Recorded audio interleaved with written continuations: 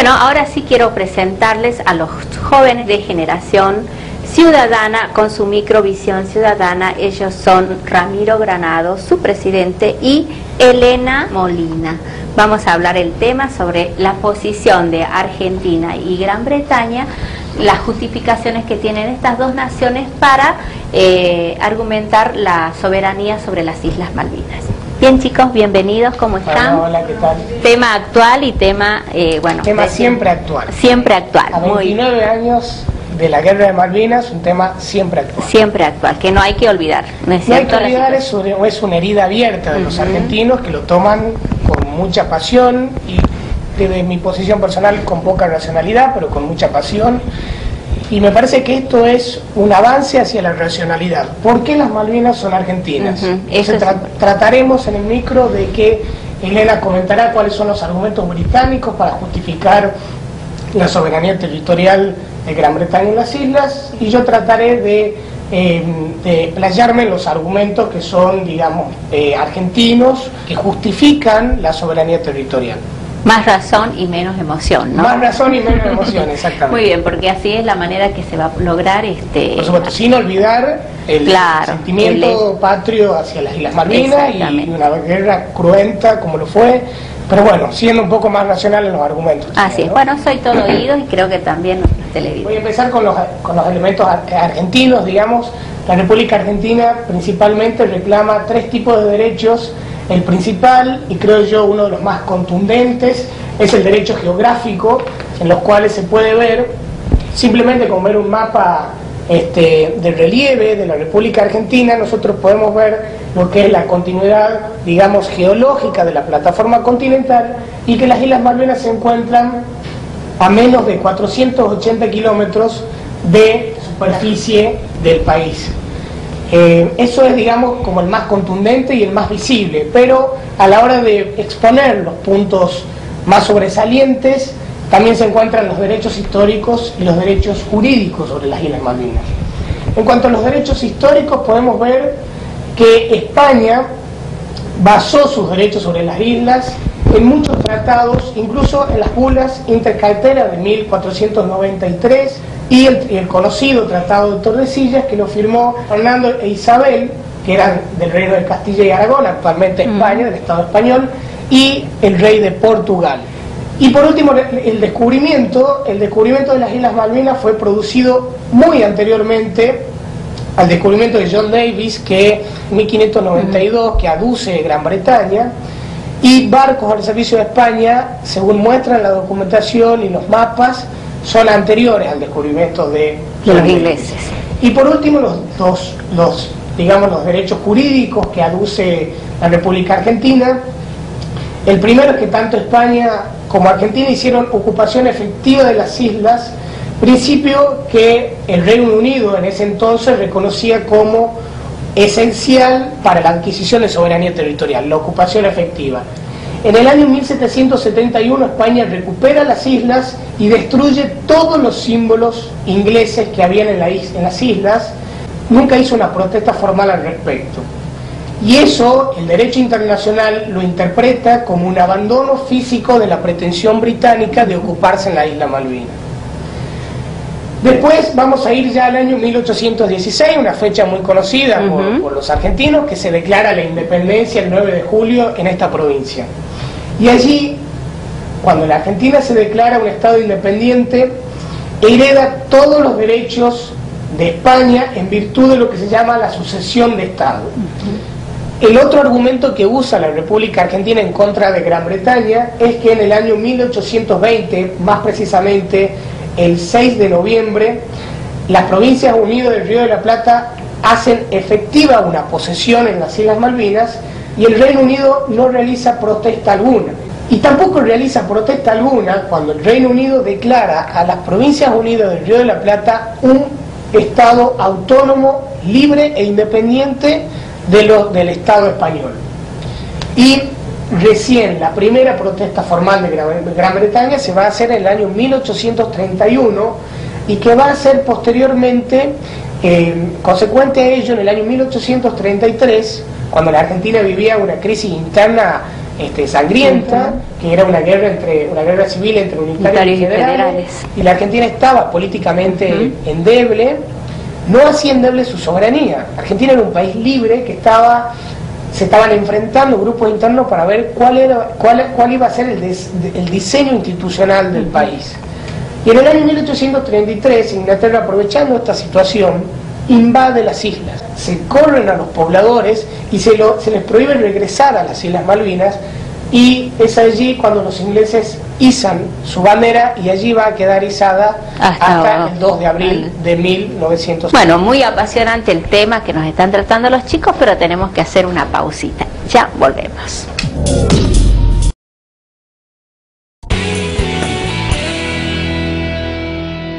Esa es la forma en la que hoy está, digamos, el diseño histórico, ¿no? Exacto. ¿Y vos, Elena? Bueno, este reclamo constante que señala Ramiro sobre la soberanía de las islas que ha hecho Argentina desde prácticamente su nacimiento como nación, como Estado-nación, es lo que un poco hackea muchos de los argumentos que tiene Gran Bretaña a favor de la soberanía, de su soberanía de las islas. Porque son tres los argumentos principales que tiene Gran Bretaña. Una es el paso del tiempo, que sería la permanencia que ellos han estado, como señala Ramiro, ininterrumpidamente hasta abril del 82, estuvieron desde 1963 hasta 1982. Eso ya son casi 150 años, y eso es lo que en derecho se entiende como usucapión, que es cuando uno permanece en un determinado territorio por 150 años sin que el otro país que reclama haga posesión efectiva, entonces ya le corresponde a Gran Bretaña. Pero lo cierto es que nosotros, unos meses antes de que se cumplan esos 150 años, fuimos a las islas, estuvimos 74 días ocupándolas con nuestra bandera izada y haciendo una ocupación efectiva, que eso era lo importante. Entonces ya ese usucapión se corta en alguna medida. Entonces ellos dicen, bueno, pero también podemos implementar la doctrina Stoppel, que se basa en el hecho de que hay un Estado que no reclama por mucho tiempo la soberanía, que eso es totalmente falaz y falso, porque como dijo Ramiro, Argentina ha venido reclamando desde prácticamente su nacimiento como nación la soberanía sobre las islas. Entonces esta doctrina Stoppel no puede tampoco justificarse o aplicarse, ¿no? El segundo argumento, y creo que es el más importante, el que esgrimen los ingleses con mucha vehemencia, es el derecho de autodeterminación de los pueblos, ¿no? Para ellos, si los Kelper tienen la voluntad de pertenecer al reino británico, elegir su nación o manifestar el modo en el que se sienten, deberían ser tenidos en cuenta. Pero eso también generó problemas desde un principio, e incluso el reclamo que entra en la ONU en 1960 dice que debe considerarse los intereses de la población del Malvinas, de los isleños, y no así sus deseos. Y la palabra intereses y deseo no atañen a la misma cosa, porque interés, bueno, con intereses, digamos, la proximidad territorial, una Argentina que está mucho más conectada con ellos, les serviría más. Y no deseos, porque deseos de un pueblo que nunca fue original. Claro, son un pueblo implantado en algún punto, porque siempre han sido gente que ha venido por problemas políticos o que ha sido un poco expulsado, relegado de Gran Bretaña, y que ha llegado a las islas, ¿no? Siempre han sido considerados ciudadanos de segunda. Sí es cierto que después de la guerra su situación jurídica, política mejoró, pero hasta antes jamás habían tenido posibilidad de elegir un gobierno, jamás habían tenido ningún tipo de participación política. No tenían los mismos derechos que los ingleses que vivían en... Inclusive eran los Kelper, con todos galeses o escoceses relegados, que habían llegado a este fin del mundo a esquilar ovejas y nada más, ¿no? Bueno, chicos, a mí me parece muy interesante esto de los argumentos históricos, geopolíticos y lo demás. Pero ¿no tendrán otro tipo de intereses los ingleses, los que están tan interesados en estas islas? Bueno, sí, hay como un interés por el punto estratégico, el lugar estratégico que tienen las islas de por sí. Están al fin del mundo, perdidas quizás, pero desde ahí se puede controlar todo el tráfico de un océano a otro, el paso de un océano a otro, y eso no es una distancia menor. Y además de eso, en los últimos años, inclusive informes previos a la guerra de Columbia, de la Universidad de Columbia o de universidades inglesas, ya hablan de un posibles recursos petrolíferos y de, bueno, la esquila de ovejas y toda la pesca alrededor de las islas, que ellos tienen 200 millas alrededor de las islas. Todo eso trae mucha ganancia económica, recursos económicos a Gran Bretaña. Bueno, lo que es importante destacar también es este punto de que esto la ocupación en Malvinas le permite a Inglaterra reclamar un gran pedazo dentro de lo que es el continente antártico y que se mantiene, digamos, una reserva de todos los países que han reclamado soberanía dentro del continente antártico, e Inglaterra es una. Y como bien decía Elena, reclama parte de lo que es la soberanía de la República Argentina y parte de la chilena, ¿no? Así que inclusive hay un precedente sobre este reclamo en lo que sería la parte sur del hemisferio, que es que el rey Edward en una carta patente de 1908 ya no solo se adjudica la Antártida y las islas Malvinas, Georgia y Sandwich, sino que se adjudica toda la última parte, la última porción de la Patagonia argentina y chilena, con lo que estamos hablando ya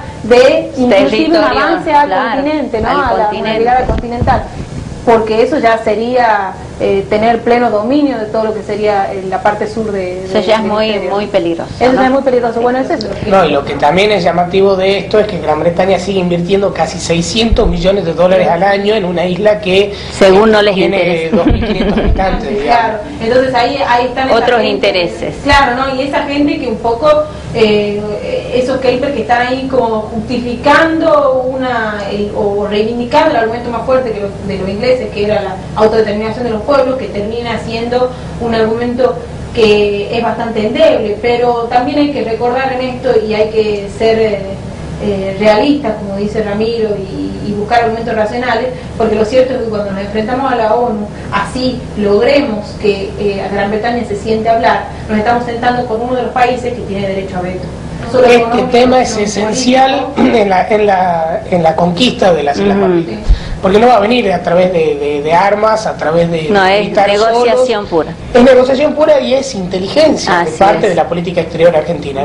Entonces, lo que es muy bueno destacar acá es que la Argentina debería empezar a rever su política exterior y a ver en qué hizo mal con su política exterior y empezar a planificar una política exterior de conquista de las islas en base a las alianzas que pueda formar con países, como bien dice Elena, que son desencadenantes dentro de lo que sería una negociación, ¿no?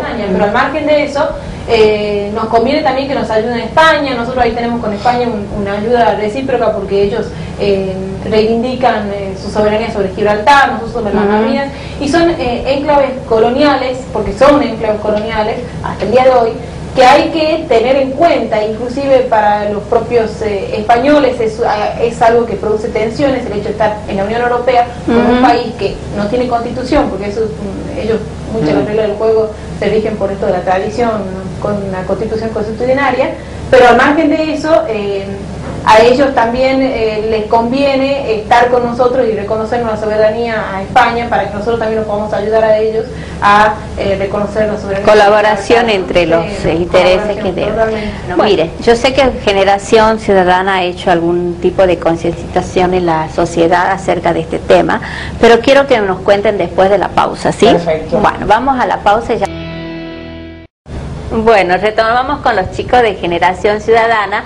Bueno, chicos, quiero que me digan qué es lo que está haciendo Generación Ciudadana para informar a la población acerca de este tema de Malvinas, de algún tipo de actividades tienen, ¿no? Sí, concretamente Fundación Generación Ciudadana inicia sus actividades en 2009, y ya desde 2009 planteamos o ponemos sobre el tapete la cuestión de Malvinas, con un café político, que tuvimos un ciclo de café políticos.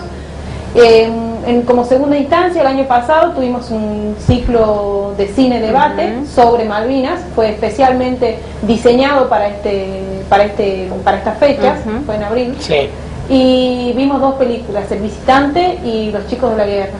Y bueno, se armó todo un debate, inclusive tuvimos visitas de excombatientes de Malvinas. La verdad que fue muy enriquecedor como experiencia y para todos los que formamos parte de Generación Ciudadana, ¿no? Bueno, ha sido muy interesante lo que nos han presentado, nos han llevado, es apasionante, ojalá yo tenga más tiempo para brindarles, pero la verdad, pero ya es otra visión sobre lo que es la guerra de Malvinas. ¿Sí? Un ciudadano informado jamás puede ser engañado. Así es. Bueno, les agradezco mucho lo que nos han traído, otro tipo de manera de mirar las Malvinas. Bueno. Malvinas son argentinas, serán... Siempre fueron argentinas. Bueno, ya volvemos después de la pausa con otro visitante más acá en Visión Compartida.